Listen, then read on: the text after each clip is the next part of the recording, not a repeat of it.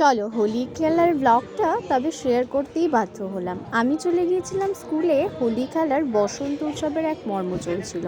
Anyways এখানে সব সাজুগুজু হয়ে রাধাকৃষ্ণ চরণে আমরা একটু করে আবির দিয়ে এখানে প্রোগ্রাম শুরু হয়ে গিয়েছিল। সবাই অলমোস্ট চলে এসেছিল, তখন ঘড়িতে বাজে প্রায় 12টা মতো।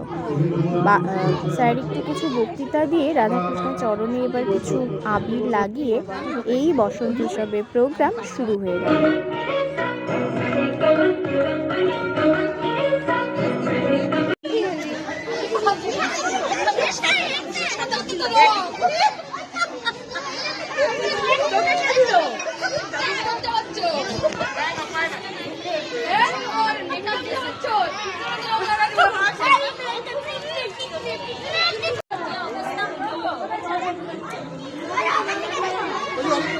দেখো বড়দের সাথে তো রং খেলাই হয়, তবে বাচ্চাদের সাথে রং খেলতে কি দারুণ মজাই না লাগে। এরপর কিছু খাবারের জন্য অ্যারেঞ্জ করা হয়েছিল, সেটাই দিচ্ছিল। আর ম্যাডামকে দেখো জাস্ট।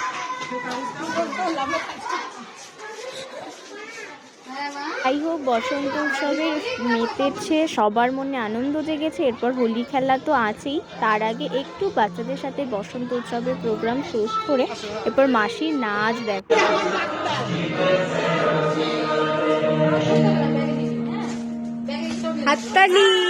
ফাইনালি উৎসব শেষ করে এবার বাড়ি ফিরছি আমরা এই 3জন ম্যাডাম মিলে।